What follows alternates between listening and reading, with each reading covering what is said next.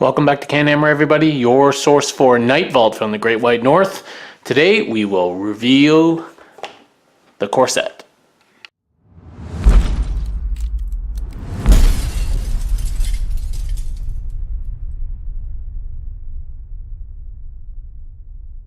Welcome back, everybody, to CanHammer, your source for Nightvault from the Great White North. Of course, I used to just call it Shadespire, but that, of course, is inaccurate. It's Warhammer Underworlds, Shadespire, or Nightvault. So I guess we're just gonna get used to calling it Nightvault from now on. But so I've got the core set here, and I've already had the chance to open it up, assemble the models, and play a few games, which you can see on a bat rep with Phil on the channel. So do check that out. We just play with the two core sets from the box. So I'm gonna go through a little video today just to show you my impression of the set and the new warbands. Alright, just to catch people up, so really not much has changed about Nightvault except for a couple of things. The main change is that there's now spells, and spells, what they've done is reorganized what used to be called ploys into now called gambits. And your gambits can be either ploys. Reggie, what do you think of this spell? Reg? What do you think, Reg? Do you like spells or gambits? No? Neither? You just want to sit on everything. So what they've done is they've reorganized what used to be ploys. They're now all called gambits, and under gambits you have ploys or gambit spells. Okay, and so your spells are just gambits. So there's no more. There are still ploys, but they're now all fall under the umbrella of gambits, and gambits are your part of your power deck. All right, and again, half have to be upgrades and half have to be gambits, of which gambits can be ploys or magic.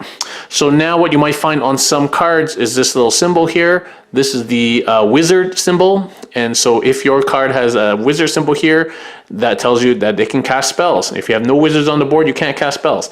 And then this tells you the power level of the wizard. So that tells you how many magic dice you get to roll when you attempt to cast a spell. And that takes me perfectly into this new set of dice, of which you get our 4, and they are your magic dice. And you have the channel symbol, which is the lightning bolts. You have crits, you have focus, or these swirlies, and that's it. So there's 2 swirlies, 2 lightning bolts, and a crit. Actually, there's 3 lightning bolts, 2 swirlies, and a crit. Okay, so those are your magic dice. And so whenever you cast a spell or you use a spell action, then you roll those dice. So here's an example of a actually, he's not a good example. Let me get this guy. All right, so this is an example of a spell action. So this shows you that this symbol here is the new symbol for gambit spell. And so when you play Fulmination, that is a spell action, which counts as a spell and an action. So, and that tells you how many dice you need to roll to get this spell attack to go. And that just means you use this power level 2, but some others may be different.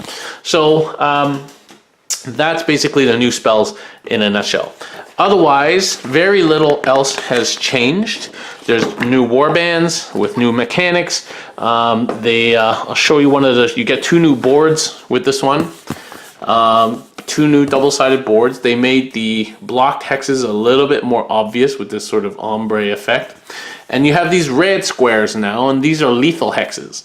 And what these are simply is that if you pass through it, are pushed into it, or otherwise enter it, you take a damage. And then you can stand there for as long as you want and not take it. You don't continue to take damage, and you can leave without damage. But once you enter it, you take damage. So there may be some fun stuff you can do with lethal hexes. And that's basically it. So you get 2 new boards. Here we are. Here's the second board here with these 3 blocked hexes right in the middle. And then another one here with these lethal hexes. The boards themselves are exactly the same. And nothing too particularly fun about them, just new designs. You get a whole crap load of Ziploc bags for all your tokens, which is great. That's always a nice touch when board games in general include Ziploc bags. And you get your models. So here's an example of the Briar Queen. This is one of the new models here. And as one would expect, Very highly detailed, excellent colored plastic like all the other Shadespire ones before this, and super awesome models. Now what's amazing is, so with the Briar Queen Warband, you got 7 of these guys, and they all fit on one sprue. In fact, 2 or 3 of these guys, in fact, are single piece. So this guy is a single piece model. There's no gluing or snapping anything together. You just put it into the base and it's done. So and I think possibly this guy, no, anyway, 2 of them are single piece models, and so the tech for their sprues has just come a long way. 7 guys and bases all on one small rectangular sprue. And then of course, but these guys are pretty straightforward, just 2 or 3 pieces each to put together. The Stormsires guys are super complex. They're 6 or 7 pieces each, and you see how the robes are layered, like on this guy for example. Each of that is a piece. There's a piece at the back, 1 or 2 sandwich pieces, and then another piece on top. You know, so like the face is 2 pieces, the face and then this plume bit, and so it's pretty complex. You know, the arms actually go inside between the 2 body pieces. So very complex models, these guys, and appropriately very cool. What I still don't like about these Stormcast models, and maybe if I zoom here and zoom in a little bit here, I can show you, is that they still put the sprue connection on the top of the shoulder. And in this case, on the right shoulder, that actually has the Stormcast symbol, and it splits it in half, which is a bit annoying because you're trying to clean the flash off of it and you end up just rubbing the detail off that symbol. And then similarly, the join on this is where the thing goes to. And then sometimes it's the whole pad, but it's just this ridging, this edging here, which is the piece, and then they don't always fit perfectly close together. You have to really press them. So, and that was a problem I found with the old Stormcast too. So they seem to have carried that on with these new Stormcast guys. But otherwise, some pretty impressive models. And another female Stormcast, there we go. So again, with multiple parts, very detailed bases, excellent models. So by and large, the models are excellent as you would come to expect. So inside then you get all your other tokens. There's some new tokens for your objectives, so you can use whatever. And there's these kind of lethal hex tokens, which also count as sort of blocked tokens. You get all your wound markers and stuff, usual stuff. And then there's this new mechanic, which I have yet to experience. It's called Scatter. So it's this. So you basically, when you have something that has scatter, you put this template down in a hex next to where you are, and you roll whatever number of dice it says. So scatter 2, scatter 3, roll 2 or 3 attack dice, and then you'll get a combination of symbols, and you have to move them sequentially, scattering your shot. And of course, it is fairly random, but what you can choose is the order in which you use those dice, so you could determine how you scatter. So it's kind of random and kind of not random. So that's the new mechanic, Scatter. I've yet to encounter that yet. They're not in any of the core decks, or it seems like any in the expansion deck, so maybe that's in one of the new decks to come. But as far as I can tell, there's nothing that scatters in the current decks as they are. There we go. And yeah, so that's the scatter mechanic.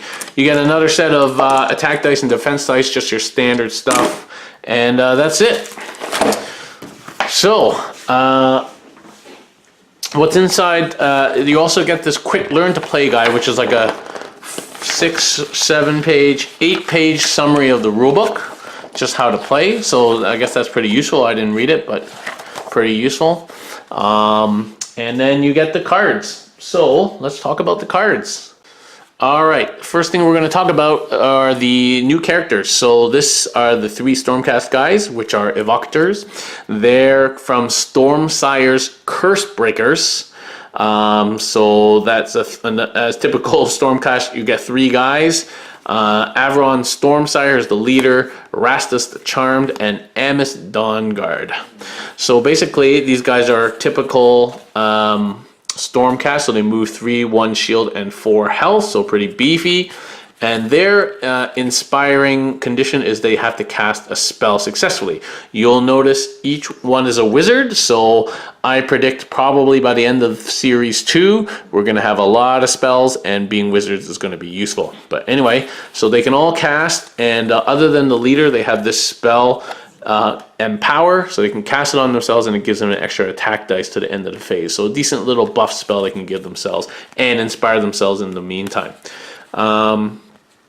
So they have 2 different weapon profiles each, but Stormsire has this spell attack, which is a range 3, 1 damage spell attack for which he rolls 2 dice. So decently reliable. And when they inspire, Stormsire gets 2 shield, which becomes pretty beefy, and their attack levels just go up, cleave, knock back. And in fact, these 2 guys, the 2 non-leaders, actually gain guard, automatic guard. Well, they get dodges and shields are successes. So they become pretty hard to kill. They're all wizards, pretty hard to kill, beefy guys. Then we have the Thorns of the Briar Queen, which is the new Nightvault faction. And this is a 7-person faction. It's basically 7 ghosts. You have the Briar Queen. You have Varclav the Cruel, who's got some keys and a candle. You got the Everhanged, which is my favorite character. He's just a guy with a shroud over his head. He's been hanged. And you got 4 Danglebro Chain Rasps.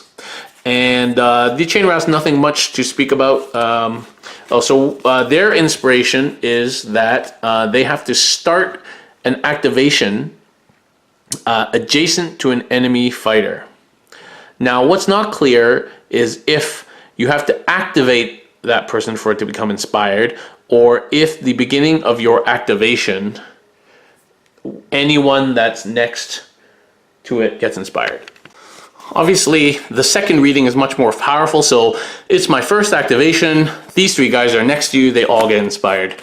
Whereas I'm activating this person only gets inspired. So I don't know, I think it needs FAQ, but there we go. So the other ability, they're all Night Haunts, so they don't take any damage from lethal hexes, and they can move through blocked and occupied hexes, but have to end up on an empty hex. So that has some abilities, and it's very thematic. They're ghosts, they can move through you, and they have some cards and stuff that make you do damage when you move through people. So it's kind of cool and thematic, so I kind of like it. So I won't talk too much about the 4 Danglebros. They're pretty weak all around the board. 3 move, 1 dodge, 2 health, and when they inspire, they all move an extra hex and they gain an extra dodge. So inspiring will make it a little bit harder to kill, but not that hard. And then your 3 guys, so the Everhang is a Chain Rasp. It says this fighter counts as a Chain Rasp. He moves 4 right off the bat. It stays at 4 and gets 2 dodge. He gains cleave, and he's got a 2 hammer, 2 damage attack, so he's not too bad. Varclav is 2 hammer, 2 damage again, and he starts off with 2 dodge. And goes up a move when he inspires and gains 3 damage. So it's a bit of a beefcake. His key is this ability here: action, push all friendly Chain Rasps up to 2 hexes. So for an action, he can move these 5 guys up to 2 hexes. And it's a push, so it's not a move. So they can still move afterwards. You can still push them after they moved or charged. And considering their they inspire when they start off next to your guy, which kind of makes me think that it's the second interpretation, that they just have to start off and they get inspired. That becomes very powerful, as well as the ability to do damage when you move through people. So yeah, so that seems like it's very good. Now he's also very strong, but if you want him to move him around, you want him to die, but he seems very strong. So maybe how to play him is the crux of this faction. We shall see. And then of course you have the Briar Queen, who's the only wizard in the faction. She doesn't come with any innate spells. She has a 3 sword, 2 damage attack, starts off with 2 dodge, and goes up to 4 move, and goes to 3 damage. And she has no other special abilities. So she's kind of important. She does the most damage, as well as being your only wizard. But otherwise, I don't think, in my initial play, it doesn't seem to be the crux of the faction. It seems to be Varclav. But we'll see how that pans out. All right, let's start going through the cards. These are the new Night Haunt specific objectives. As Nagash commands, third end phase, if no enemy fighters are holding objectives. That's okay, but third end phase, only 2 glory. Drag them down, score this immediately if 3 or more friendly fighters make a successful attack action. Again, not really fighting a lot, so maybe not that good. Vengeful advance, score this in the end phase of all surviving friendlies in your opponent's territory. Not great. Vengeful dead, and score this in the end phase of all surviving fighters, at least 3 are inspired. Depends on how you interpret that inspiration mechanic. Take the city, score this if you hold all objectives on 1 or more game boards for only 1. No thank you. Death sentence, score this if 3 or more fighters are adjacent. Again, if you're aiming to get inspired and that works that way, that's great. Score immediately. Swarming spirits, score immediately for moving 2 guys through fighters. So that's a nice little one, especially with the Varklav mechanic. Score immediately. Score immediately if you make a reaction. That seems pretty good for free CP. And execution, that's your in-faction kill the leader one. So not too bad. Some nice Night Haunt themed ones, maybe 2 or 3 ones. Stormcast here, we have heavily armed. Score this if 3 or more surviving fighters each have at least 1 upgrade. That's decent. The chances are high, but that's a lot of stuff for 1 CP. Magical Supremacy, score this if you cast 2 or more spells in the action phase. I think that's very doable. Overwhelming Storm, score this in the end phase if you have more surviving fighters. I think that's very hard with a 3-person warband. Purify the Earth, score this in the end phase if you hold an objective held by an enemy fighter at the beginning of the round. With pushes and stuff, that's definitely doable. For 2 CP is tantalizing. Devastating Blow, scored if you take the enemy leader. Banished, Blessed Banishment, score this if, no, that's the leader one. This is if you took 2 or more fighters out. So this one's probably good, this one okay. Fight is 1, so it will score immediately if you have 2 supporting fighters, so that seems like a lot for 1 glory. Measured Strike, score this immediately if a friendly fighter makes a successful attack action that deals enough damage to take target out. So that's a precise use of force in faction, so that's nice. And Harness of the Storm, score this immediately if you cast a spell. That's nice because that's what you're going to be wanting to do to inspire, and that's a score immediately, so that's very good.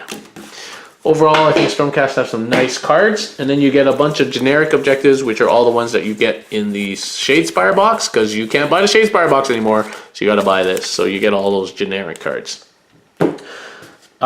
Similarly, you get power cards that are similar, so Determined Effort +1 dice, Sidestep, Confusion, you get a couple of copies of these, so that can definitely help you. And similarly, you get your upgrades. So these are some new ones. So Lucky Trinket, during an enemy's fighter spell or spell action, if the spell is cast and the caster's within 3 hexes, roll 3 magic dice if you roll a crit. So this is a generic dispel upgrade, basically. So you put on someone and you can dispel. So I'm guessing that magic's going to be important because you need to be able to dispel. Great Fortitude, Great Strength. Okay, so these are all your standard generic cards. Alright, some new generic spells. So Grinding Earth for 1 channel is a Gambit spells. That's a new symbol for Gambit spell. And if the spell is cast, choose an empty hex and it turns into a lethal hex, basically. Vital Surge, so 2 channels. If the spell is cast, choose a friendly fighter and remove up to 2 wound tokens from the fighter card. So it's a heal spell.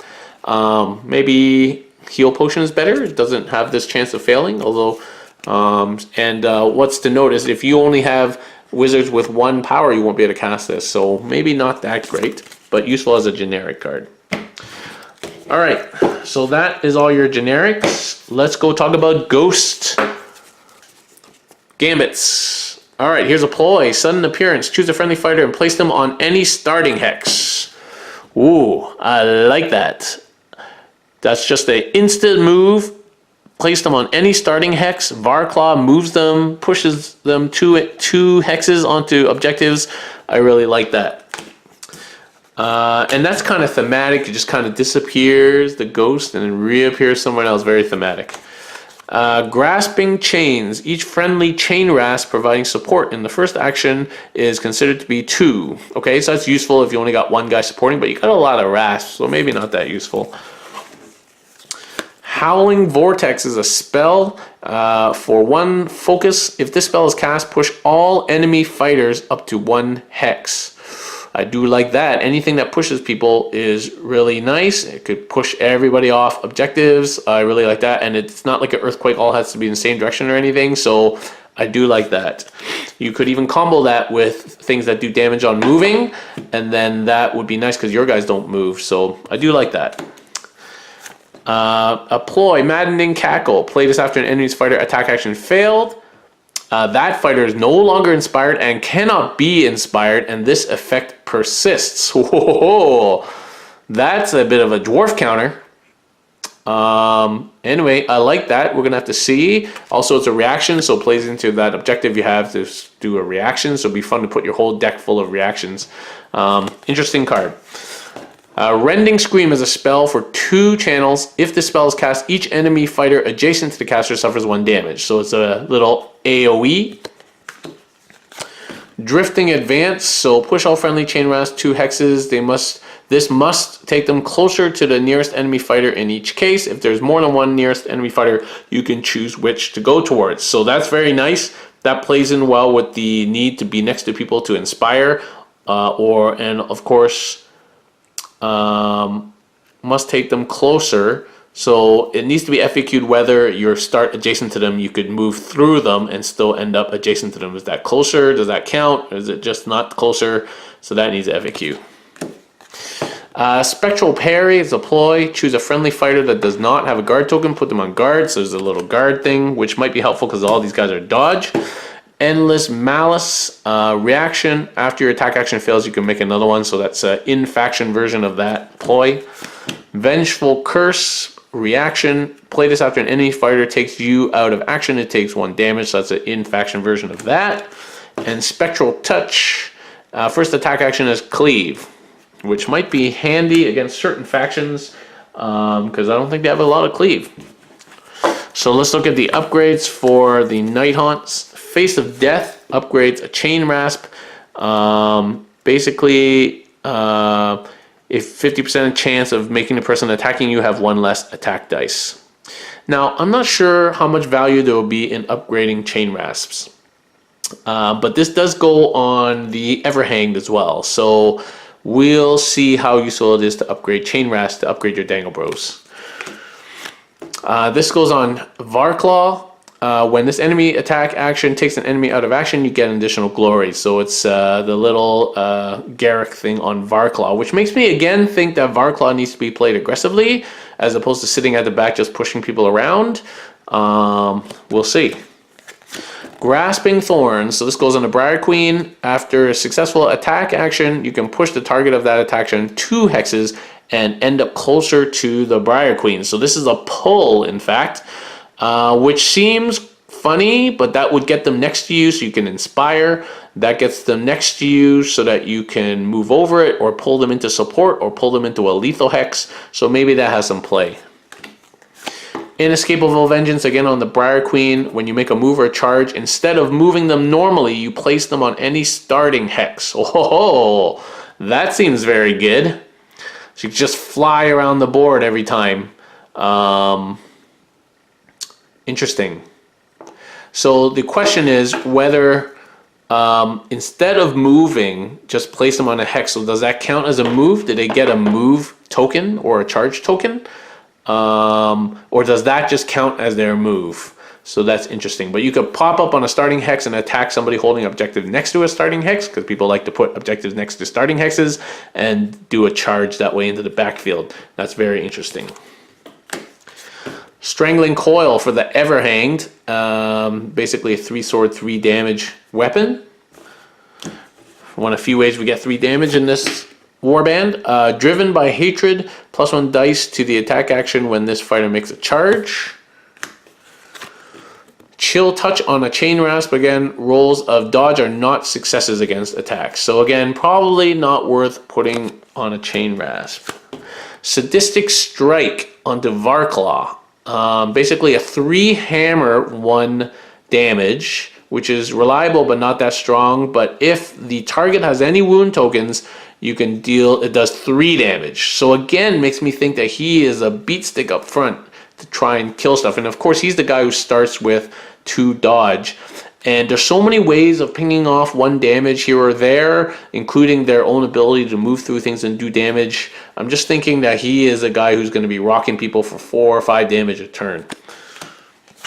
Creeping Terror. After this fighter makes a move action, if you pass through somebody, 50% chance of doing a damage. So here we go. You move through the guy on your charge. They do a damage. You can't save that because it's not an attack or anything. And then you Varclaw them with this. Yeah, so that seems like a nice combo. Curse of Unbinding. So this is the Briar Queen's upgrade that lets her unbind a spell if you roll the little swirly, which is a 1/3 chance, I believe. How many swirlies are there? There is 2 swirlies. So you had a 30% chance of completely canceling a spell cast within 3 hexes of you, which is pretty good. Helped me out yesterday. Okay. So there we go. Let's move on to the Stormcasts, the power cards. So Chain Lightning is a spell costing 1 focus. If it's cast, scatter 3. Oh, so I was wrong. There is a scatter from the caster's hex, and enemy fighters in the chain suffer a damage. So that could be good or not good. Lightning Step. The first friendly fighter to make a move or charge action in the next activation can move through hexes. Okay, there we go. That's a ploy. Safeguard Spirit. Reaction. Play this after an attack action or gambit that takes a friendly adjacent fighter out of action. Your opponent doesn't score any glory. Storm Ward. Enemy fighters, if the spell is cast, roll a magic dice. On a 1/3 chance that spell is not cast, which is pretty good because it doesn't say, there's no range. So anybody who casts a spell, you can dispel it, which is decent. Probably come in very handy. Aetherwing Stance. Friendly fighters have +1 defense, so that's already good on their defense. Storms. Isn't that the same picture as that one? Oh, it's just facing the other way. There's a lot of lightning on these cards. +1 damage to first attack action with range. So that's your in-faction ploy version of Great Strength. Lightning Assault. Play this after attack action fails. You can make another one. So the Stormcast version of that. Cry of Thunder is a gambit spell for 2 channel. If the spell is cast, choose an enemy fighter. That fighter and any adjacent suffer a damage. So that's a nice little comet. Empathic Conduction for 1 focus. If this spell is cast, choose a friendly fighter adjacent to the caster. Remove a wound token. So it's a heal, 1/3 chance of healing. Seems like a lot to heal 1 instead of just using a potion. Gather the Storm. Innate Lightning. So what this means is if you have something innate, that means you get that modifier. So in this case, you get a plus lightning symbol. So if you only have 1 lightning symbol to cast, like this dude, for example, and you need to cast a spell with 2 lightning symbols, that gives you an automatic lightning symbol, so you don't have to roll a lightning. So that's decent, and what's special about this is it affects the next spell, but then it says this effect persists. So this spell, you just get that, keep that innate for your whole warband forever, which is pretty good. I like this card. Okay, now we go on to some upgrades. So we got Blessed Blade on the boss, and that's a 2 hammer, 2 damage cleave. I'm not really sure he needs that. Disarming Blow on either of the 2 others. Basically 50% chance of removing an upgrade after an attack action made by an energy adjacent fighter fails, you can disarm them. So I don't know, they have to attack you, they have to fail, and there's a 50% chance of removing an upgrade, and they have to be upgraded, so I don't really like that card. Eye of the Storm, just an upgrade that gives you innate lightning, which is awesome. So basically, I mean, we only have some spells in this set, but likely there's going to be a lot more spells coming out for the rest of this season. I think spellcasting is going to become very important. Obviously, it's the new thing about Nightvault. So any cards that can give you innate is going to be good. That basically auto-casting a number of spells. So I don't know if spells are going to end up being like 3, 4, 5 to cast, but for now, I can see it sticking to 1 and 2, and any kind of innate is going to be really good. Stunning blow on your Dangle Bros. After an attack action made by this adjacent enemy fighter targets and fails, again 50% chance to place a charge token. So you basically disable them for the rest of that action phase. And while that is good, that person might have charged you already. They have to attack you and fail, and it's only 50% chance, and you have to have upgraded your person. So I don't think that's good. Tempest Might, +1 damage to all spell attack actions. I like that. That's very good. 2 damage, 3 range spell. Super nice. Right now that really only affects your leader, but that's still decent. It might affect other things. Warding Blast. So for Amos, this is a small AoE, so it's kind of like your small little AoE for 2 damage. Unstoppable Zeal on Rastus, so you get, after you take an enemy fighter out of action, you can then make this weak action, so probably not that great. A Lightning Whip on your Dangle Bros. Reaction after this fighter attack action succeeds, deal 1 additional damage, so I'd rather just put a great strength on. Corpuscent Staff for the leader. This is a spell action. So he gains this action with 1 focus. Choose a friendly fighter. Their attack actions with a single target have +1 range. Oh, that's neat. And Hurricane Step. So on Rastus or Amos, reaction after this fighter's attack action, push them 1 hex. I really like that. Anything that gives you free movement like that is great. Okay, so that's basically it. The game is fun, and with what really remains to be seen about Nightvault is how well the old factions are going to play in Nightvault, because they have no wizards. It's not clear if they're going to be releasing upgrades or new cards for the old factions, or if all the sets coming out from now on will just be for the new factions. Obviously there's generic cards, but your generic cards don't help you with spells if you don't have any casters, and none of the old factions have casters. So it'll be interesting to see how they do that, whether just Series 1 really just starts to fall off. Maybe some people still play it in Series 2, but when Series 3 comes out in 4, will the first 1 or 2 seasons just completely fall off? That might be a possibility. It'd be nice if they could keep them up to date somehow, but that remains to be seen. After the first couple of games in Nightvault, I like the spells. I think it's not, right now, it's not as powerful as it seems, because it's still random. You still have to roll to cast it, so it really is a gambit, which makes that name change very interesting. So not right now, not powerful, but I can see that there's going to be way more spells coming out, and spell casting becomes very important, in which case duders like this are going to become very difficult to deal with. So we'll see how that goes. Tzeentch is probably going to be a lot of spell casting. Goblins probably not that much. So we'll have to see how that pans out and what people end up playing at tournaments. So that's my review of Nightvault. Do catch our bat rep between me and Phil, where we play the core set warbands for a best 2 out of 3. And then like the video and subscribe to the channel. Consider supporting us on Patreon. Everything that our patrons give us helps us to produce videos and make content. So thank you very much. Please leave comments below, and thank you very much for watching, and we'll see you next time.